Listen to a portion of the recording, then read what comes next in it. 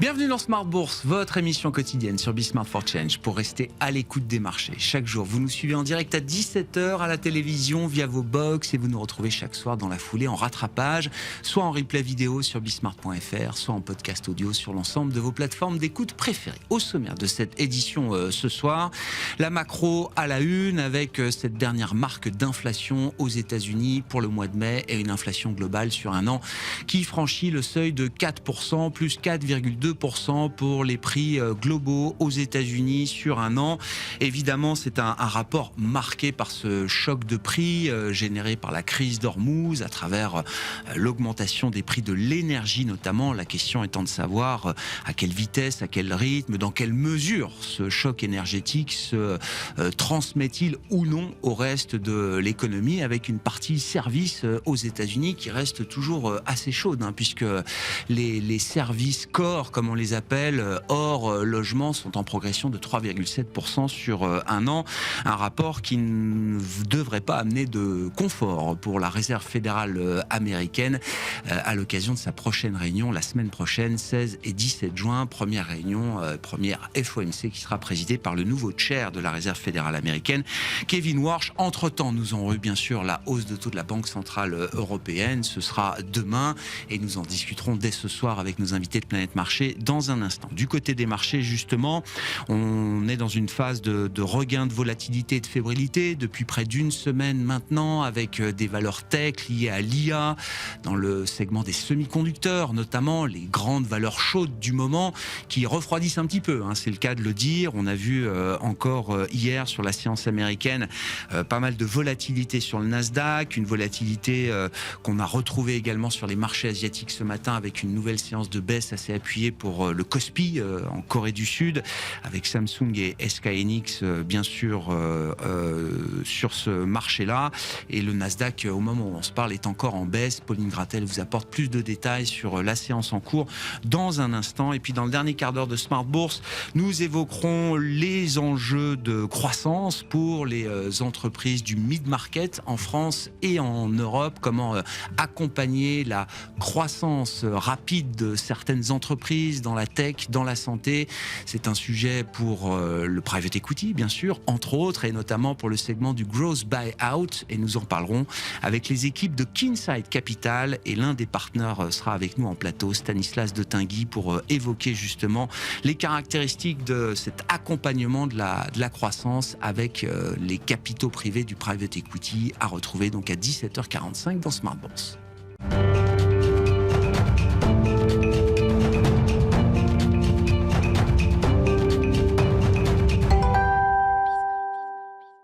Tendance, mon ami, chaque soir en ouverture de Smart Bourse, Pauline Grattel est avec nous et vous apporte les infos clés du jour sur les marchés. Bonsoir Pauline. Bonsoir. On commence avec la géopolitique et Donald Trump qui perd patience. Oui, ça y est, après avoir déclaré hier que les États-Unis menaient les derniers efforts pour conclure un accord de paix avec l'Iran d'ici 2 à 3 jours, le président américain estime aujourd'hui que c'en est trop. Sa patience a des limites. Il a déclaré que l'Iran avait pris trop de temps pour négocier et qu'il allait en payer le prix.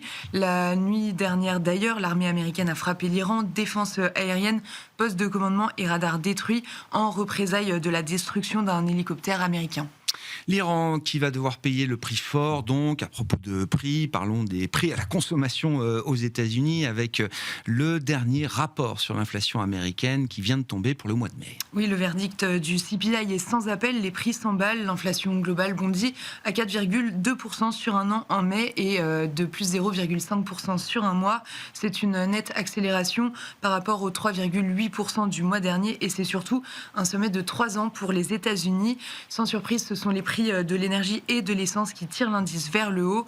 En version cœur, justement, si on exclut l'alimentation et l'énergie, l'inflation reste plus contenue, en hausse de 2,9% sur un an. Oui, de manière intéressante, le marché obligataire américain, notamment, semble s'émouvoir assez peu de ces chiffres d'inflation. Oui, ce sont des chiffres qui étaient anticipés. Le rendement américain à 10 ans reste de marbre après cette publication, entre 4,50 et 4,55%. Les rendements à 20 et 30 ans restent ancrés autour de 5%. En Europe, Europe, le rendement allemand à 10 ans remonte autour de 3,05%. Du côté des changes, le dollar est en léger repli et l'euro-dollar se traite autour de 1,1550. Enfin, un mot du pétrole, le baril de Brent et le WTI américain progressent tous les deux de 1% environ. Du côté des grands indices actions, c'est plutôt une séance négative aujourd'hui, Pauline. Oui, en Europe, les indices avaient ouvert sans tendance marquée. Ils se sont ensuite retournés à la baisse pour la plupart. Le Stoxx 600 est à l'équilibre en fin de séance après avoir été pénalisé aujourd'hui par les valeurs de la tech, de l'industrie et les ressources de base. Côté français, le CAC 40 a effacé une partie de ses pertes pour évoluer autour de l'équilibre en fin de séance, autour de 8200 points. Aux États-Unis, le S&P 500 et le Dow Jones sont ouverts en léger repli. Quant au Nasdaq, il est encore aujourd'hui pénalisé par de nouvelles craintes sur le secteur de la tech. Les valeurs des semi-conducteurs sont à nouveau en repli aujourd'hui après un bref rebond en début de semaine. Enfin, l'indice VIX de la volatilité gagne 5% et retrouve le seuil de 20. Bon, quelles sont les dernières nouvelles sur le front de la tech et de l'IA aujourd'hui, Pauline ? On regarde surtout aujourd'hui les valeurs des semi-conducteurs. Nvidia, Broadcom et Micron ont ouvert en repli de 1 à 5%. Super Micro Computer, de son côté, a pour ambition de lever 7 milliards de dollars pour couvrir l'approvisionnement en composants essentiels au déploiement de ces infrastructures de serveurs IA capables d'absorber une demande ultra dynamique. Le titre plonge de 12% dans les premiers échanges. Quel sera le programme à l'agenda demain pour les marchés ? Les investisseurs arbitreront demain les résultats d'Oracle publiés ce soir après la clôture des marchés. Demain, on attend la décision monétaire de la Banque centrale européenne qui devrait monter ses taux de 25 points de base. Enfin, on sera attentif au prix à la production industrielle américaine pour le mois de mai. Tendance, mon ami, chaque soir en ouverture de Smart Bourse, Pauline Gratel est à nos côtés et vous apporte les infos clés du jour sur les marchés.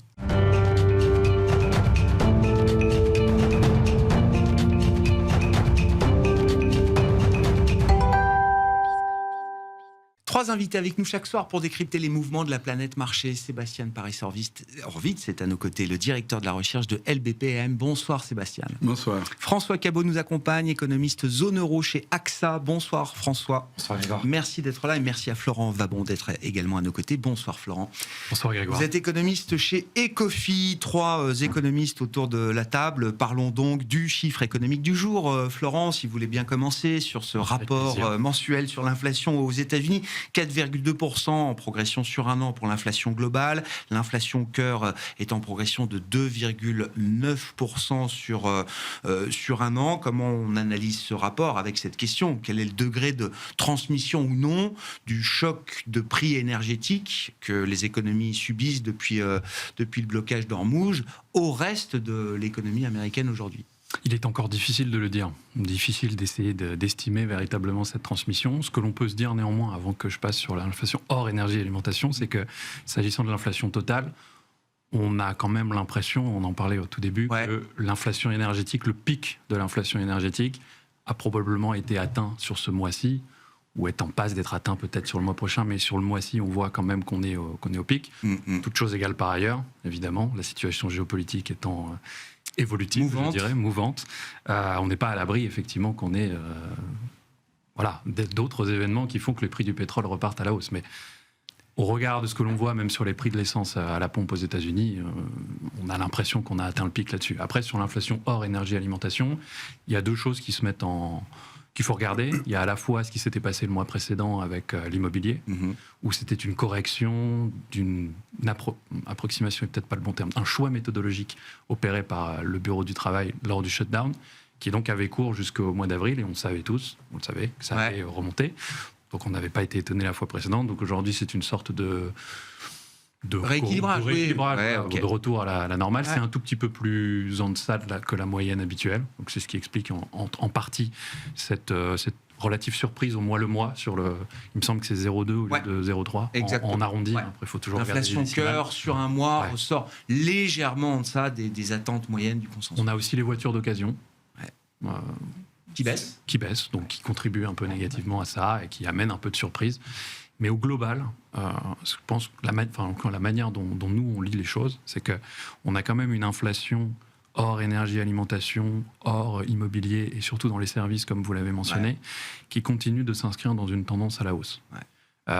Sur le CPI, c'est un indicateur qu'il faut regarder avec précaution, au regard des approximations pas approximation, des choix méthodologiques qui ont été Si opérés. vous pouvez dire approximation, ça ne me choquera pas, mais bon. Je ne veux pas porter le discrédit D'accord, très bien. C'est tout à votre honneur. Qui a été touchée par le gel des budgets fédéraux, qui est par ailleurs au sous-effectif. Bon. Et donc, de ce point de vue-là, effectivement, on regarde plutôt le PCI.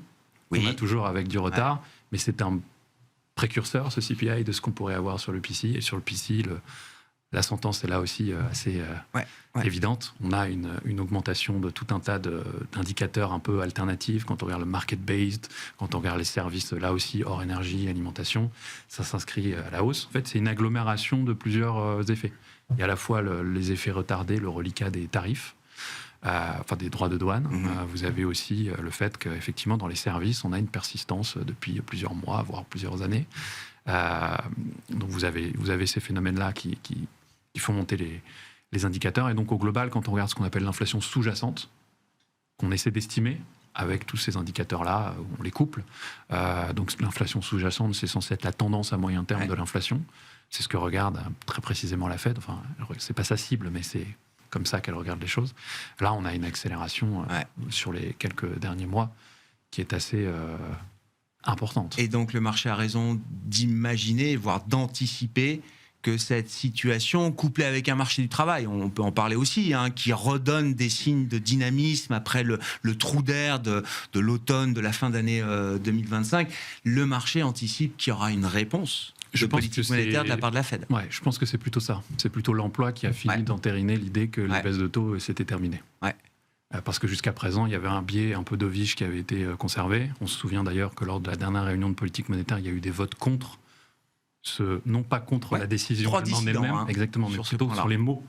Les mots employés dans le communiqué de presse. Parce que le communiqué de presse parle d'éventuels ajustements supplémentaires. Et le terme supplémentaire, évidemment, s'inscrit dans la continuité des mouvements précédents, qui étaient des mouvements de baisse de taux. Exactement. Comme ça que le marché le comprend. C'est comme ça qu'il faut le comprendre, d'ailleurs. C'est comme ça que cette fronde s'est matérialisée. Mais vous dites, pas de baisse de taux, ça c'est la première partie de la réponse. Le marché, il va plus loin. Lui, il commence à anticiper sérieusement une pleine hausse de taux d'ici la fin de l'année, maintenant. Nous, par exemple, jusqu'au début du conflit, on était sur le statu quo. Donc nous, on était déjà en décalage par rapport aux baisses de taux du marché.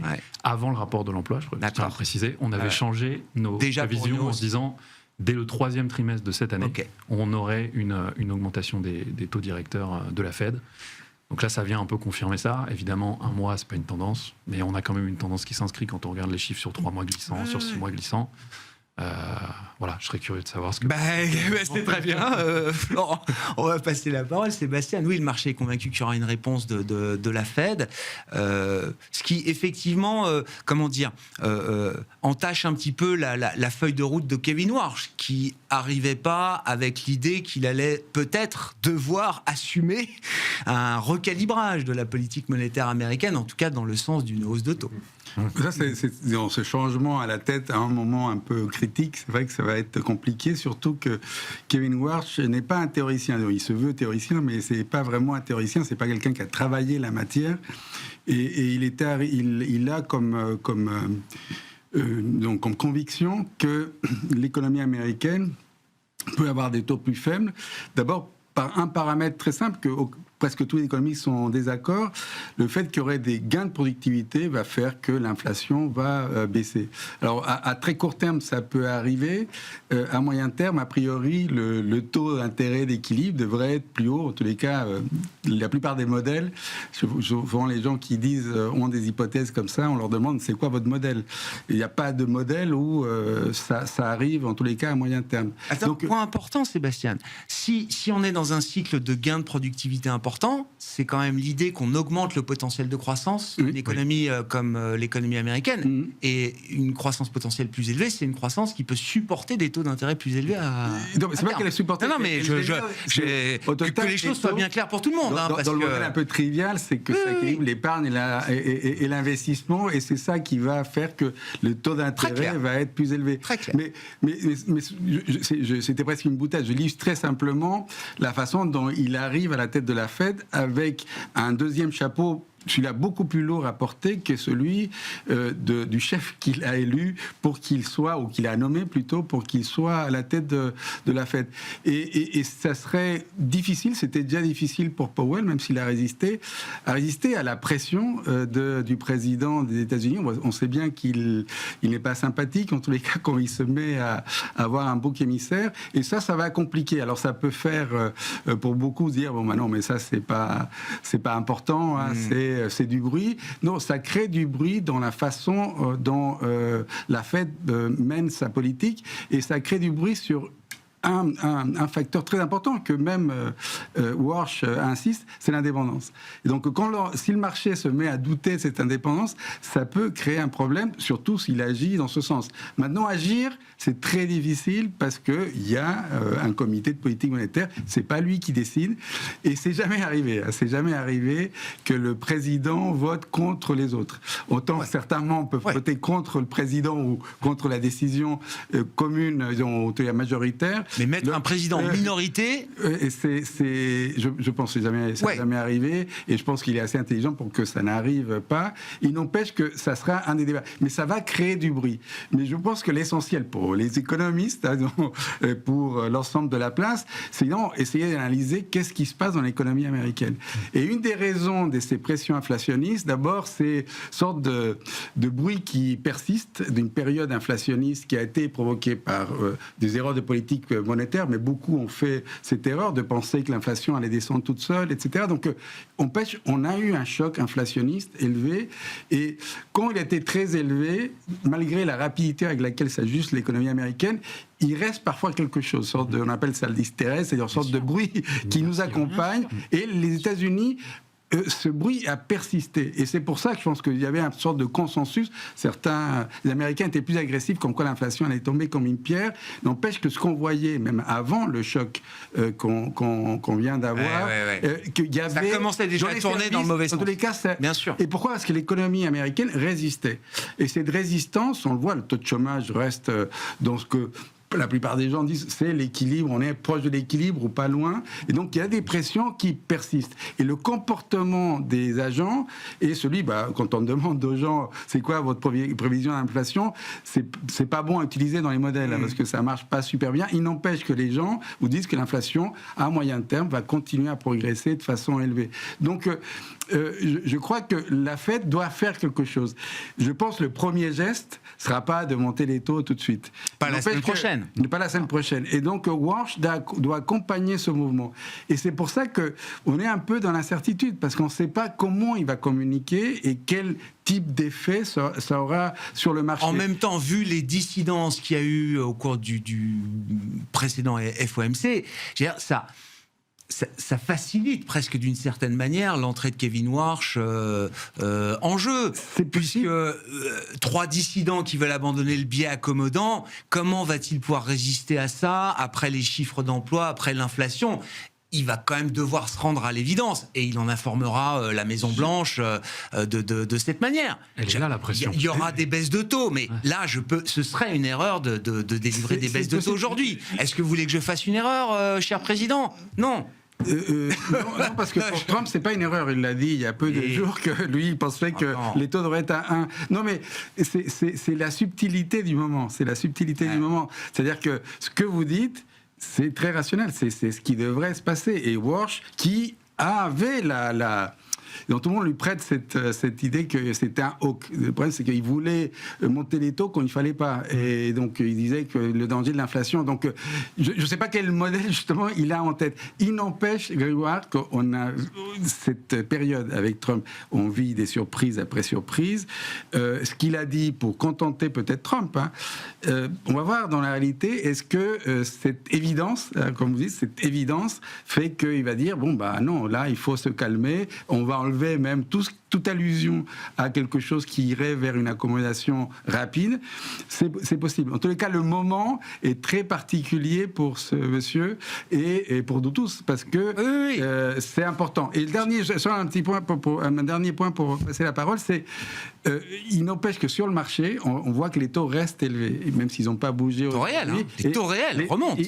Mais dans les taux réels se cache ce mystérieuse chose que la règle de terme, en tout cas, le risque de tenir un actif, même si c'est le plus protecteur ou considéré le plus protecteur, il y a quelque chose qui s'est installé. Et c'est pas seulement le budget, mais il y a quelque chose qui s'est installé et cette incertitude est peut-être là.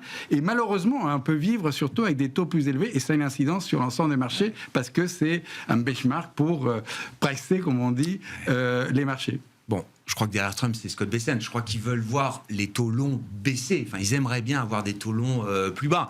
Si baisser les taux courts, ça implique une envolée des taux longs, je suis pas sûr que même président Trump s'y retrouve forcément, notamment vis-à-vis de sa base électorale. François, sur ces considérations américaines et effectivement cette partie déjà très serrée dès le départ pour Kevin Warsh, qu'est-ce que vous anticipez partant de ce rapport sur l'inflation chez AXA du point de vue de la réponse de politique monétaire que la Fed pourra à un moment apporter? Alors, que rajouter sur l'inflation? Pas grand-chose, si ce n'est que peut-être, en résumé, c'est le tapis rouge pour Kevin Warsh. Ouais, c'est ça. On est en attente. Peut-être à son désagrément le plus profond, mais où finalement toutes les données indiquent effectivement un marché du travail qui se stabilise, qui n'est pas plus tendu que ça. On regarde comme des indicateurs de capacité qui ne sont pas au plus tendus, les salaires des salaires. Il faut quand même se rappeler que le pouvoir d'achat du moyen de notre ami concitoyen américain est en baisse, moins 0,7% en rythme annualisé. Donc ça, c'est quand même, on s'inscrit dans une dynamique avec des salaires réels en baisse là, depuis les 2 derniers rapports sur l'inflation. On a une inflation supérieure à la croissance des salaires. Je pense que c'est quand même quelque chose de nouveau et qui fait que la consommation des ménages, qui a été quand même un facteur de résilience de l'économie américaine, va en pâtir. Alors on a les effets richesse marché, on a effectivement encore attendez SpaceX là, voilà. Ça va décupler les effets richesse. on a aussi du creusement dans l'épargne qui a eu lieu, qui fait que jusque-là ça a relativement bien tenu. Mais voilà, nous on est quand même plutôt dans l'avis que la Fed n'a aucune raison de bouger, évidemment ni la semaine prochaine ni jusqu'à la fin de l'année, avec effectivement l'idée que on retire le biais accommodant. Ça fait pleinement sens. Et ça peut suffire. Et ça peut largement suffire. Avec évidemment l'idée que la situation qui est devant nous est extraordinairement incertaine et volatile, et à voir effectivement comment tout ça se normalise, notamment, et on l'a pas évoqué, je pense que c'est important de le dire, la politique budgétaire qui a également soutenu la consommation et peut-être également les prix pendant ce premier semestre. Là, on arrive au bout des remboursements de crédits d'impôt. Et donc, du coup, là, effectivement, on se retrouve un peu avec une nouvelle norme à analyser pour dans l'été et le 4e trimestre. Et en tout cas, pour l'instant, tous les indicateurs, entre guillemets, sont ouverts à ne rien faire. Ouais, j'entends. Donc là-dessus, je pense qu'il y a d'ailleurs, le marché n'anticipe pas de hausse de taux immédiate. Je crois qu'elle est plutôt anticipée autour de décembre. Entre octobre et décembre, et puis en cumulé. Et donc, pour revenir et pour conclure mon propos sur la prime d'infla qu'on a eu là aujourd'hui et qui n'a pas été évoqué, c'est alors oui, on a probablement eu le pic de l'impact direct énergétique avec les prix de l'énergie évidemment qui sont en reflux depuis, mais on n'a peut-être pas vu la transition indirecte. Donc là, on est sur les airfares avec donc les billets d'avion. Les billets d'avion qui remontent très fortement, qui font que les services sous-jacents augmentent. Mais ça, c'est le biais, on va dire, logique. On est tout juste après le choc. On n'a pas encore vu, entre guillemets, les vrais effets indirects sur l'inflation, sans même parler de ce qui peut se passer sur le marché du travail. Donc là-dessus, il y a quand même beaucoup de choses encore à découvrir qui, pour certains, effectivement, justifient d'avoir à l'arrière du chemin, effectivement, une remontée des taux.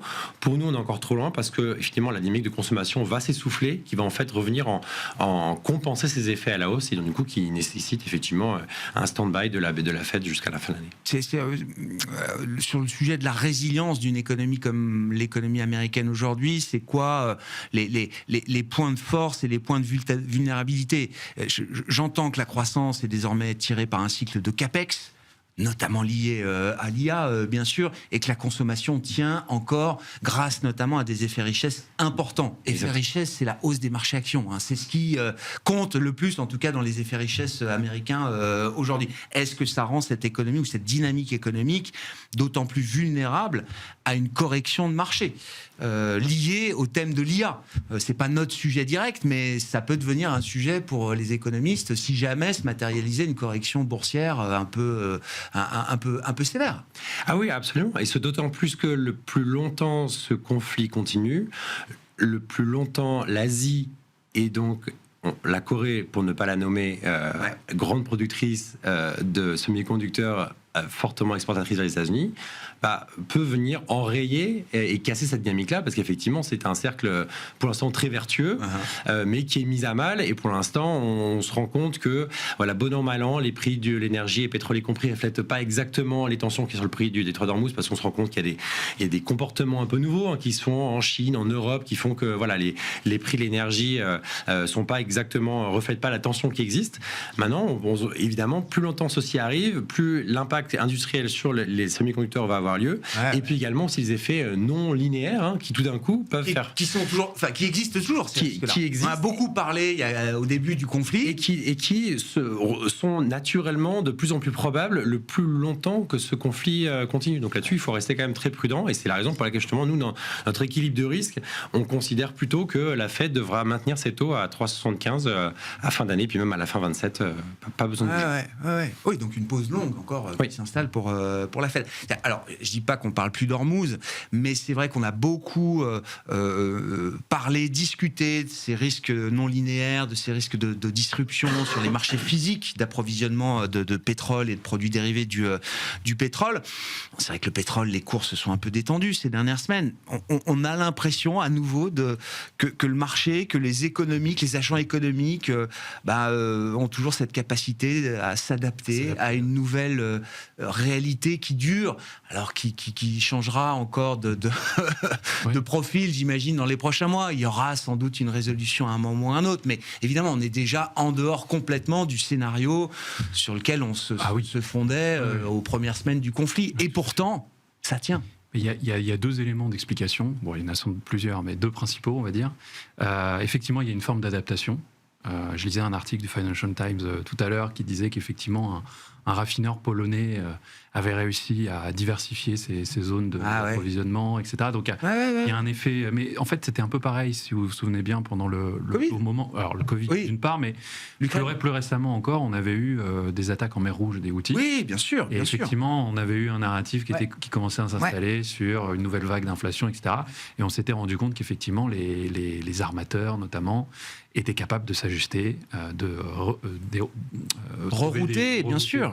Pas français, je crois, mais rerouter, voilà, trouver des voies de contournement.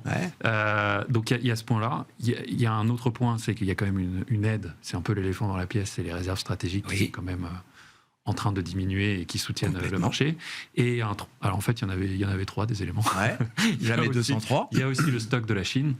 Enfin, le fait que la Chine ait stocké pendant de longs mois avant le conflit.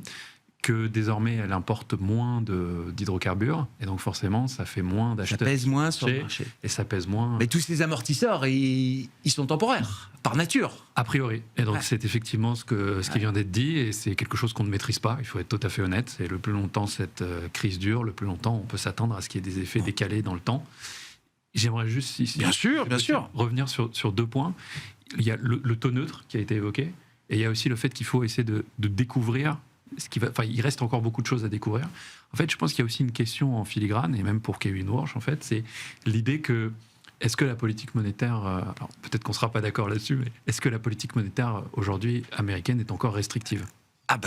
C'est une partie du débat. C'est une partie du débat, et effectivement, c'est une des raisons aussi pour laquelle on est sur nous. L'idée qu'effectivement les hausses de taux arriveront un petit peu plus tôt que ce que anticipe le marché. Elle n'est plus suffisamment restrictive.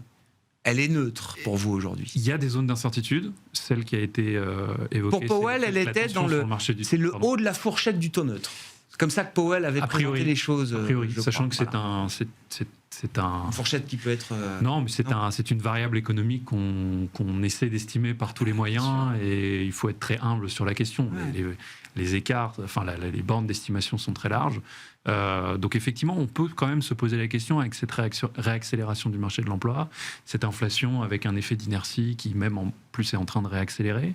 Alors effectivement, la tension sur le marché du travail est revenue à 1 pour 1, grosso modo. Donc il y a eu une forte détente. Les salaires, quand on regarde certaines métriques, sont aussi en train plutôt de décélérer. Presque dans la zone de l'inflation cible à 2%. Mais quand bien même, on ne peut pas s'empêcher de se poser cette question de savoir si effectivement la politique monétaire américaine est toujours, alors non pas restrictive, mais en tout cas, est-ce qu'elle est un peu moins, est-ce qu'elle est moins à la neutralité que ce qu'on pensait jusqu'à présent. Et ça, c'est une question pour Kevin Ward. Ouais. Je pense qu'on est tous très curieux autour de la table de voir comment il va aborder ça va être un moment important de voir le personnage, l'entendre, l'écouter, voir comment il se comporte, la manière dont il répond aux questions. Enfin, tout ça va être, j'imagine, analysé de près par les investisseurs et les watchers, comme on dit. Oui, bien sûr. C'est important ces moments de changement. Nous, parce que j'ai oublié de dire quelle est notre position. Nous, ça fait longtemps qu'on a gardé une politique inchangée de la Fed depuis le début de l'année, même avant en 25, on pensait qu'il ne pouvait plus bouger parce qu'il y avait cette inertie sur l'inflation et que l'économie résistait. On n'a eu qu'un petit trou d'air sur la conso depuis plus rien. Donc je voulais préciser quelle était l'opposition parce que vous vouliez savoir qu'est-ce que chacun pensait. En revanche, pour l'avenir, je pense que le risque a augmenté, que les taux montent. Et ce qu'on a appris, et c'est quelque chose de récent, et Walsh ne va pas le changer, la Fed est venue extrêmement empirique. Il n'y a que Bernanke qui a introduit un élément un peu théorique, plus économiste, etc. Powell nous a montré que les très empiriques, et donc il y a quelques variables qu'on suit et on ne complique pas les choses. Et une variable qu'on ne suit pas et qui pourrait être une façon de déterminer quand même, il y a quelque chose qui ne donne pas un bon signal sur quel est le bon taux d'intérêt pour l'économie, c'est les marchés. Les marchés continuent à monter, il n'y a pas de limite, alors on peut se dire c'est normal, hein, tout le monde veut des puces et le marché est là pour dire tous les puces, c'est plus cher et ça monte et ça monte. Et donc on se retrouve avec des conditions financières dans l'économie qui sont extrêmement accommodantes. Qui se détendent, bien sûr. Et la Fed est tergiverse, est-ce que je dois monter les taux, c'est pas grave, etc. Or ça donne des effets de richesse réelle, etc.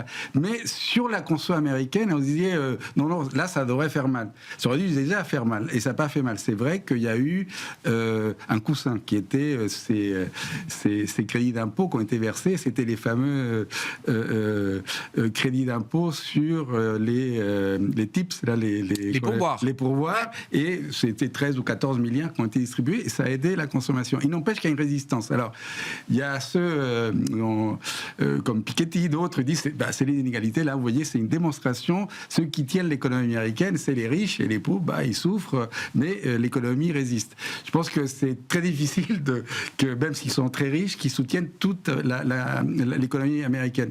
Il n'empêche, moi je pense qu'il y a un truc plus profond aux États-Unis par ce cycle, en partie impulsé par les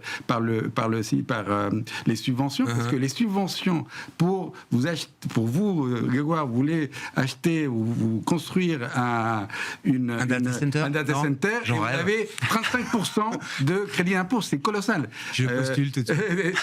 C'est colossal. Et avec des gens qui ont beaucoup d'argent et qui peuvent dépenser. Donc il y a un cycle industriel qui s'est enclenché, lié un peu et en général, quand il y a un cycle industriel, même si aujourd'hui l'industrie représente peu ou moins que dans le passé, il y a souvent l'emploi qui suit. Oui, alors, l'ISM manufacturier montre d'ailleurs ce que vous dites là. Oui, non, peu. C'est ça le paradoxe aux États-Unis, parce que qui crée les emplois, c'est la santé, c'est l'éducation, etc. Donc on a un sorte de mismatch, comme on dit, il n'y a pas exactement les emplois, là on voudrait les voir dans le cycle. Il n'empêche que ça, c'est un facteur moteur. Et en regardant les chiffres, en essayant de construire quelque chose qui fasse sens, on se dit qu'à un moment donné, la Fed, dans cette méthode très empirique, va se dire non, l'économie va trop vite, il va falloir peut-être, et l'inflation n'arrive pas à redescendre, il va falloir ajuster la politique. Et c'est ça qui nous fait peur. Et Walsh, s'il redevient hawk comme il l'était, comme on disait qu'il l'était, il devra monter les taux. Donc nous, on était pour qu'il n'y ait pas de... ça bouge pas, on reste comme ça, on est à peu près comme vous,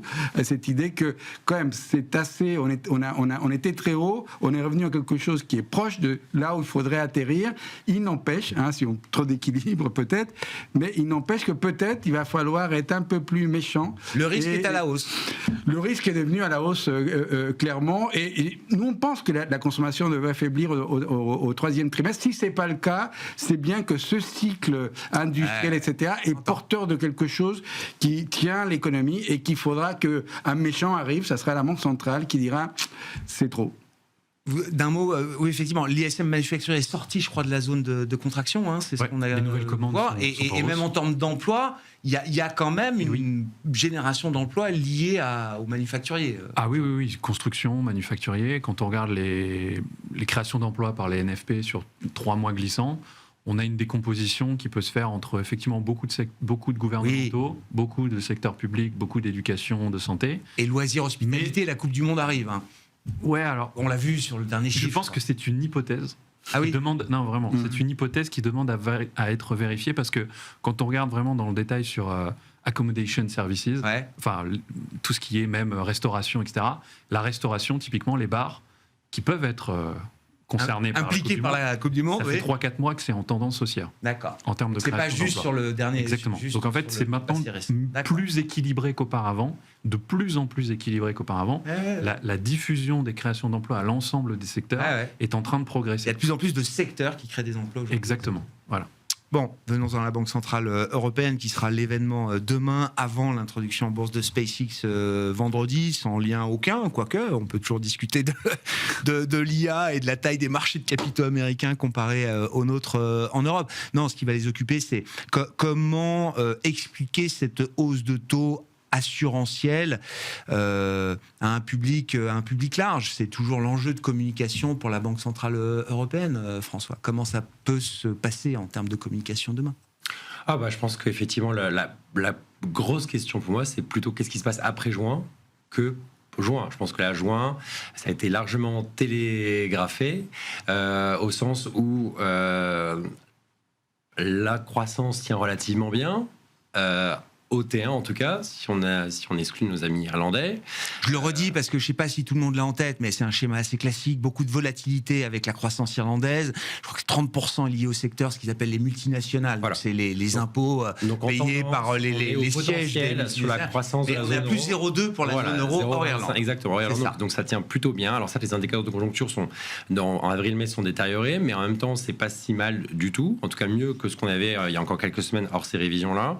Et puis surtout l'inflation. L'inflation est quand même surpris à la hausse.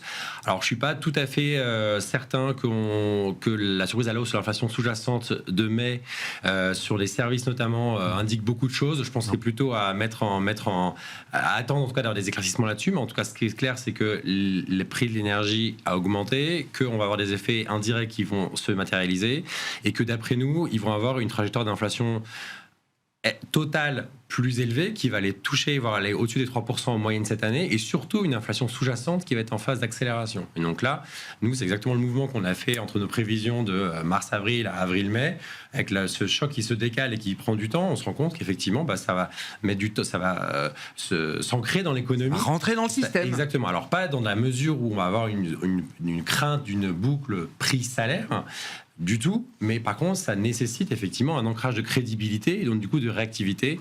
Donc pour le mois de juin, donc là-dessus, nous on est tout à fait au clair. Et d'ailleurs, c'était notre call depuis début mars. Avril, ça sert à rien. Faisons juin qu'on y verra plus clair.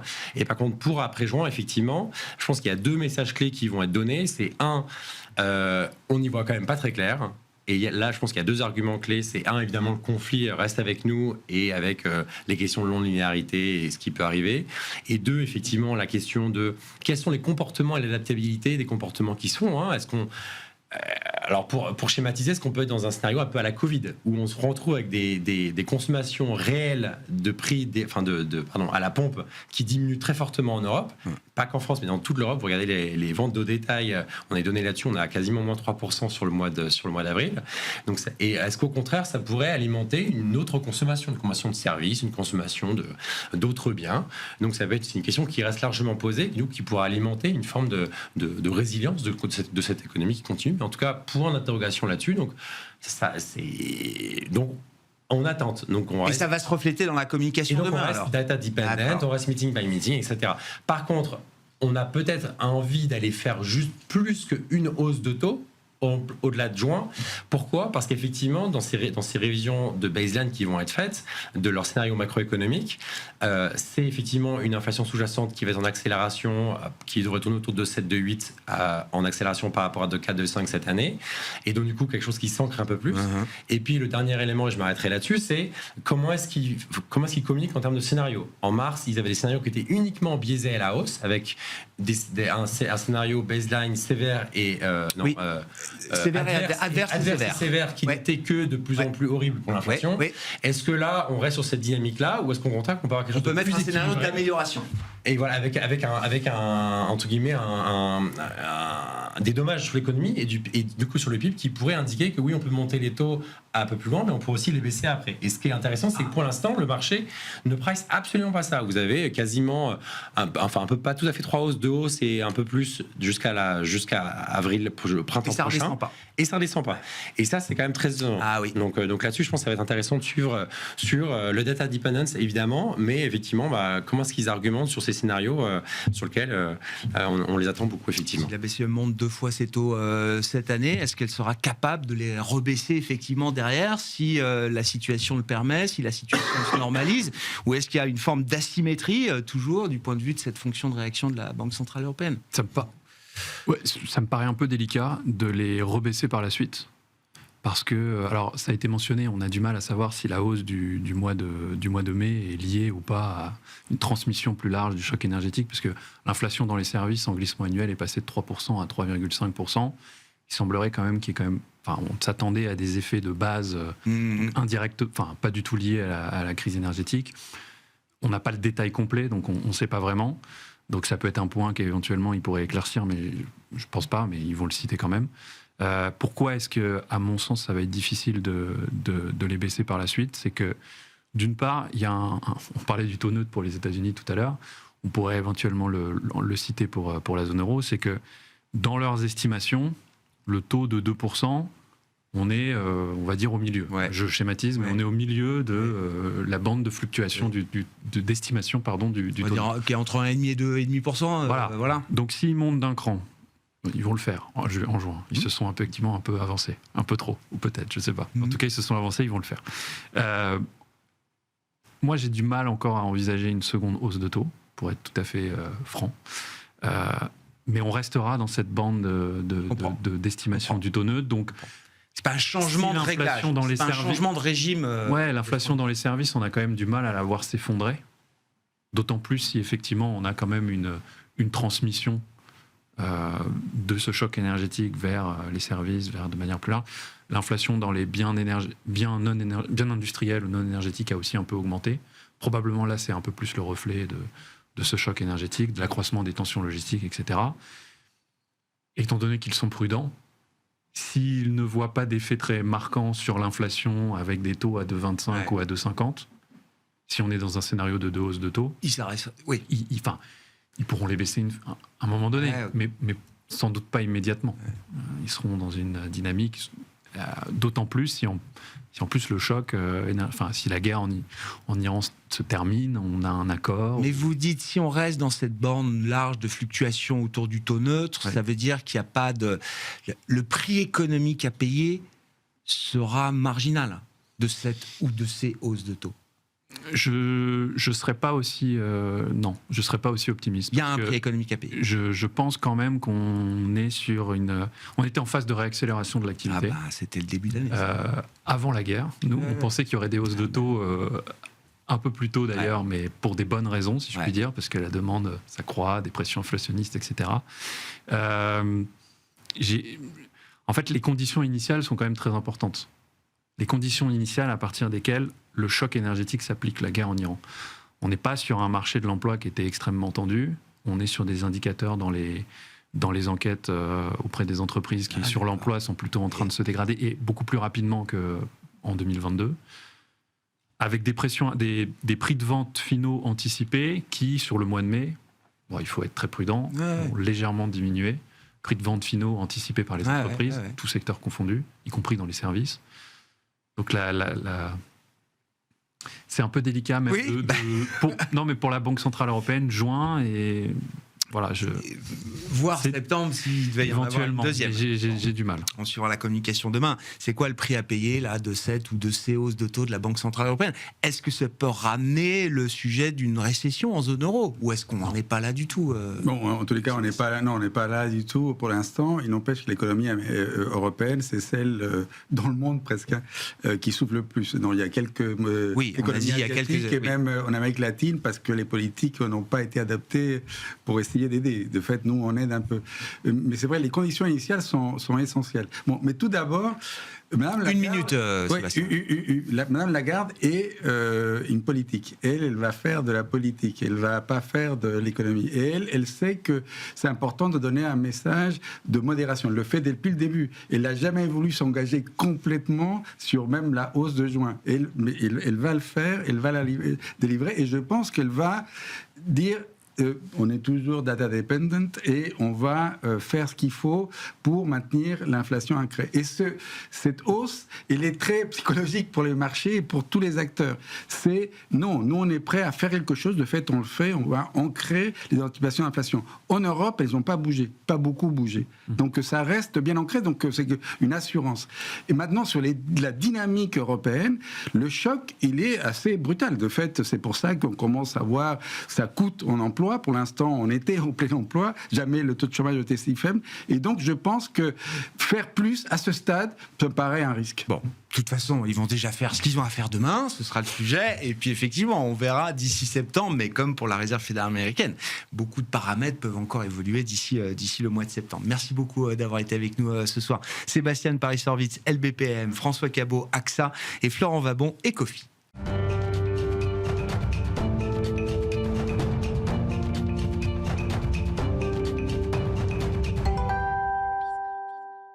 Le dernier quart d'heure de Smart Bourse, chaque soir, c'est le quart d'heure thématique. Le thème ce soir, c'est celui de l'accompagnement de la croissance forte et rentable des entreprises européennes à travers le private equity et à travers le segment du growth buyout. Spécifiquement, nous en parlons avec l'un des partenaires de Kinside Capital qui est à mes côtés en plateau, Stanislas de Tinguy. Bonsoir Stanislas. Bonsoir Grégoire. Merci beaucoup d'être avec nous. Oui, le growth buyout qui est un segment du private equity dédié à la croissance des entreprises. Hein. C'est du capital croissance, peut-être, on peut le dire comme ça en français. Je ne sais pas s'il y a une bonne traduction d'ailleurs, Stanislas. Il n'y en a pas. On parle de gross buyout. En fait, le gross buyout, c'est le fait d'investir dans des sociétés qui sont à la fois en forte croissance, mais aussi fortement rentables. Ouais. Ça, c'est vraiment l'ADN du gross buyout. Et donc, ça se distingue d'autres segments de marché, plus early stage, des gens qui vont faire du VC ou du gross equity, où là, il y a des sociétés qui sont en croissance, non rentables, mais qui ne sont pas rentables. Bien sûr. Ou alors le buyout, qui là, on cherche plutôt des sociétés qui sont plus matures, plus stables, et c'est beaucoup d'effets de levier. Voilà. Ouais. Le gros buyout, c'est la forte croissance, forte rentabilité. Bon, c'est un métier spécifique, on va en parler. Qu'est-ce qui caractérise Kinside Capital dans cet univers du private equity et du growth buyout en particulier, Stanislas ? Alors, Kinside Capital, nous, on est doublement spécialisés. On est d'abord spécialisé dans le growth buyout, donc dans les entreprises qui sont en forte croissance, fortement rentables. Comme je le disais, c'est notre ADN et on fait notre tour par cette forte croissance et cette forte rentabilité. Donc ça, c'est le premier axe. Et le deuxième axe, est sectoriel. On investit exclusivement sur les secteurs de la tech et de la santé en B2B. Ouais. On investit un peu partout en Europe de l'Ouest. On a des sociétés qui sont incorporées en Europe de l'Ouest. Mmh. Et aujourd'hui, on a une équipe de 140 personnes pour couvrir ce segment, avec des gens qui sont à Londres et à Paris pour investir. Et puis, on a ouvert plus récemment à Boston et à Singapour. Alors, voilà, pas pour investir, mais pour aider nos sociétés dans leur développement local. Boston, c'est généralement Life Sciences, c'est ça ? C'est une ville qu'on ne... Pas uniquement. Pas uniquement. D'accord. C'est aussi une ville... J'associe Boston à la santé, moi. Mais il y a d'autres choses à Boston. Il n'y a pas que ça. Mais effectivement, pour nos sociétés, c'est typiquement des leaders sur des segments. Toujours des sociétés qui sont soit déjà internationales, soit qui ont la capacité à le devenir. Uh-huh. Et généralement, un CEO qui est fondateur, dans la plupart des cas, qui cherche un partenaire pour aller plus loin dans la croissance, quelqu'un qui va comprendre le métier, qui va être capable de l'accompagner, qui va être capable d'internationaliser la société, d'aider à la structurer. Donc Boston, pour ça, effectivement, avoir un pied localement aux États-Unis, on va pouvoir aider nos sociétés sur une entrée du marché, que ce soit en organique ou par acquisition. Et Singapour pour avoir effectivement cette présence asiatique aussi indispensable aujourd'hui, j'imagine. Exactement. Ouais. Idéalement, on a des sociétés qui sont globales, ou si elles ne le sont pas encore, on va les aider à croître. C'est le job que vous allez leur apporter. Un mot, quand on parle de croissance forte et rentable, qu'est-ce que ça veut dire ? Je ne sais pas quelle est la métrique que vous utilisez pour mesurer la croissance de ces entreprises que vous avez en portefeuille aujourd'hui, Stanislas. On parle de quel ordre de grandeur de croissance ? Donc nous, nos sociétés, société, notre portefeuille croît en moyenne à 20% par an. Et avec une forte rentabilité. On croit aux cash flows qui vont avec cette forte croissance. Donc notre thèse est d'abord, nous, une thèse de croissance organique. On investit exclusivement quand les sociétés croissent à plus de 10%. Et comme je disais, c'est plutôt 20% en moyenne. Et au-delà de cette croissance organique qui est notre thèse de base, on peut faire des acquisitions quand ça fait du sens pour entrer dans un nouveau pays, ajouter un produit, racheter un concurrent et compléter le profil de la société. On en vient à votre métier, alors qui est celui d'acheter et de vendre des entreprises, mais entre les deux, qui est d'accompagner et de les amener à leur potentiel, comme vous dites, Stanislas. C'est vrai que le monde a changé, le coût de l'argent a évolué, on a connu des cycles un cycle de taux zéro, voire négatif, où effectivement, bien acheter permettait déjà d'imaginer qu'on créait une plus-value et de la valeur simplement par le fait de bien acheter une entreprise. Ça ne semble plus suffire aujourd'hui. Et vous avez des équipes dédiées à l'accompagnement de ces entreprises. Concrètement, qu'est-ce que vous leur apportez? Qu'est-ce que vous apportez au management?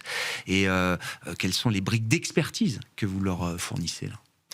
Effectivement, Grégoire, on a fait le constat il y a quelques années que le fait de bien acheter n'était pas suffisant. Bien que le fait d'investir sur des sociétés et des segments bien précis a quand même de la valeur dans les sociétés leaders. Néanmoins, pour pouvoir aller plus loin dans l'accompagnement, on a créé une équipe qui s'appelle Kinsight Performance, dans laquelle on a aujourd'hui 40 personnes. Et ces sociétés, ces personnes, sont entièrement dédiées au soutien de nos sociétés en portefeuille. Et on a 3 types de profils dans Kinsight Performance. On a des gens qui sont des Value Creation Directors, qui sont typiquement des gens qui sont anciens consultants, mais aussi anciens opérationnels dans les sociétés, et qui vont, avec le management, dessiner des plans de création de valeur. Donc, qu'est-ce qu'on va faire à horizon 1 an, 3 ans et 5 ans. Donc, c'est quelque chose qu'on fait en début de période d'investissement. Ensuite, on a un deuxième type de profil qui sont des experts sur des choses bien précises, sales, marketing, la tech, le produit, l'IA évidemment aujourd'hui, ou les acquisitions. Et donc ces experts vont venir aider sur des sujets bien précis pour aider nos sociétés. Donc typiquement, quand on parle de sales, à peu près toutes les sociétés ont besoin de s'assurer que les équipes sales sont bien organisées, qu'on a le bon nombre de personnes, que les incentives qui sont mis en place sont les bons, ou alors s'améliorer sur ces sujets-là. Et donc, nos experts vont venir aider nos sociétés pour mieux se structurer, et donc pour plus croître. Et on a un troisième type de profil dans Kinsight Performance, qui sont ce qu'on appelle les operating partners, qui là sont plutôt des anciens CEO, qui sont passés par ce chemin de croissance, et qui vont plus être là au board, comme un sparring partner pour le CEO, pour l'aider à réfléchir sur la manière de structurer la société. Dans quelle mesure ça fait la différence quand vous approchez une entreprise qui cherche à ouvrir son capital, qui cherche justement un partenaire financier, mais pas que? Dans quelle mesure une équipe comme ça, 40 personnes sur 140, c'est quand même un tiers d'effectif qui est dédié à la création de valeur, à l'accompagnement des entreprises. Dans quelle mesure ça fait la différence face à des managements qui cherchent aujourd'hui ce genre d'accompagnement? Alors, il y a plusieurs raisons pour lesquelles les CEO choisissent de travailler avec nous, je crois. La première, c'est qu'on est spécialisé dans ce type de société en forte croissance, fortement rentable, qui ont leurs propres problématiques. Ensuite, on est spécialisé sectoriellement, donc quand même, on comprend très très bien le métier de société dans lequel on investit, et donc on a un vrai sparring partner pour le management. Mais effectivement, notre capacité, au-delà d'être un partenaire qui comprend et qui va aider notre capacité à aider la société à se structurer, à aller plus loin, ça fait vraiment la différence. Et c'est ça aujourd'hui que les sociétés recherchent. Ce qu'il faut comprendre, c'est que nous, on investit dans des sociétés qui se portent très bien. Elles sont en forte croissance, fortement rentables, des leaders sur leur segment. Ces CEO, souvent fondateurs, ils peuvent avoir l'embarras du choix pour le partenaire. Ils ont des options de financement devant eux. C'est pas une question de financement, c'est plus une question de trouver le bon partenaire qui va permettre d'aller plus loin. Et donc c'est justement là que Kinsight Capital apporte de la valeur. Et c'est un accompagnement, j'allais dire, presque au quotidien, parce que je ne sais pas quelle est la durée moyenne de détention pour vous d'une entreprise en portefeuille, mais ça se compte évidemment en années, j'imagine, Stanislas. C'est un accompagnement du quotidien, c'est au moment important de la vie de l'entreprise. C'est plus au moment important de la vie d'entreprise. En revanche, nous, on n'est pas un investisseur qui vient avec une sorte de playbook où on va dire au CEO exactement ce qu'il va faire. Dans une semaine, on est là, Voilà. dans 2 semaines, d'accord. Quand on investit, on est persuadé qu'on a la bonne équipe de management pour la prochaine phase de croissance. Et donc, on est là pour aider cette équipe de management. Mais on n'est pas là pour être là au quotidien et avoir un effet un peu disruptif. Et donc, c'est sur les moments clés, en début de période d'investissement, où on définit les grands axes de croissance et de développement, et après sur des sujets spécifiques. Par exemple, en ce moment, il y a beaucoup de sujets IA. Évidemment, on a une approche systématique sur l'IA pour déployer l'IA sur le portefeuille, s'assurer que d'un point de vue développement, nos sociétés de logiciels adoptent toutes les bonnes pratiques. Ou sur des use cases très simples. Par exemple, on a automatisé les réponses au RFP client pour nos sociétés. Et ça, c'est un vrai travail pour une société de services IT. C'est les réponses d'appel d'offres, hein, c'est ça? Réponse d'appel d'offres, Oui. pardon. Oui, la réponse d'appel d'offres. Oui, non, non, Et en fait, grâce à l'IA, on peut reprendre toutes les réponses que les sociétés ont fait sur les 10 dernières années à tous les appels d'offres clients et proposer une première ébauche de réponse qui après, évidemment, va être retravaillée par l'humain et par les équipes. Mais ça, c'est un gain de temps qui est énorme. Donc, c'est typiquement un use case qu'on cherche à déployer sur le portefeuille à travers nos équipes performance. Ce travail, dans quelle mesure est-ce qu'il facilite l'exit, comme on dit, Stanislas? Est-ce que ça rend l'exit plus facile? Ce qui rend l'exit plus facile, c'est d'avoir des sociétés qui sont en forte croissance. Et donc ça, c'est notre ADN. Donc bien évidemment que avoir une société qui est bien positionnée, qui se porte bien, qui sait internationaliser, qui sait structurer, bien évidemment, ça favorise la sortie. Et d'ailleurs, nous, en temps de sortie, on vend aussi bien à des industriels, des stratégiques, qu'à des fonds. C'est équivalent à peu près? C'est quasiment moitié-moitié. D'accord. Et d'ailleurs, on n'investit pas dans une société quand on ne pense pas qu'il y a un intérêt d'un investisseur industriel. Ça se réfléchit. Ah oui. C'est depuis le début. C'est l'intérêt industriel qui prime au moment où vous mettez la société en portefeuille, où vous investissez dans la société quand même. Si, quand on investit dans la société, on ne pense pas qu'il y a un intérêt industriel, ça veut dire qu'il y a quelque chose qui n'est pas bien positionné, ou ce n'est pas le bon marché, ou ce n'est pas la bonne manière, et donc là, on ne fait pas le deal. Un mot des enjeux là sur la tech. Alors évidemment, secteur en plein bouleversement. Qu'est-ce que ça change ou pas dans les critères de sélection des entreprises justement dans lesquelles vous investissez, Stanislas? L'IA, c'est évidemment l'enjeu du moment. C'est de notre point de vue une grande vague technologique, probablement la plus importante depuis des années. Évidemment depuis Internet au début des années 2000. Et cette vague, elle est plus profonde et plus rapide, c'est sûr. Mais nous, on pense que c'est une énorme opportunité pour nos sociétés et pour le secteur de la tech. Après, il faut quand même distinguer un peu différents types d'acteurs sur le secteur de la tech.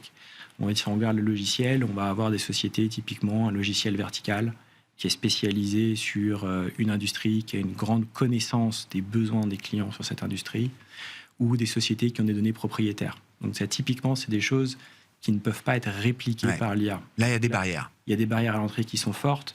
Et donc là, l'IA va être un accélérateur important pour développer plus vite, apporter plus de produits à nos clients, automatiser un certain nombre de tâches, réduire les coûts quand c'est nécessaire, et à la fin, créer de la valeur. Ça, c'est les sociétés dans lesquelles nous, on investit depuis des années. Après, des enjeux sur la tech, il y a effectivement des sociétés qui sont plus, par exemple, des logiciels horizontaux, où là, la barrière à l'entrée est moins évidente. Et clairement, ça peut être plus disrupté par des nouveaux entrants qui, grâce à l'IA, vont développer des techs compétitives. Donc évidemment, nous, on ne regarde pas ce type de sujet, on ne l'a jamais fait et c'est pas là qu'on va investir demain. Et donc quand on investit aujourd'hui, évidemment que la prise en compte de l'IA est complètement clé. Et donc on réfléchit, comme on l'a toujours fait, sur quels sont les sous-segments dans la tech et dans la santé dans lesquels ça fait du sens. Et en un mot, on n'a plus de temps, Stanislas, donc ça nous amène vers quel type de sous-segments? Alors, plein de sous-segments. Par exemple, récemment, on a investi dans un logiciel de compliance pour les banques. D'accord. Pourquoi? Parce que c'est un secteur qui ne fait que se développer. Il y a de plus en plus de régulations. Et donc, les banques ont besoin d'automatiser leur réponse face à cette régulation.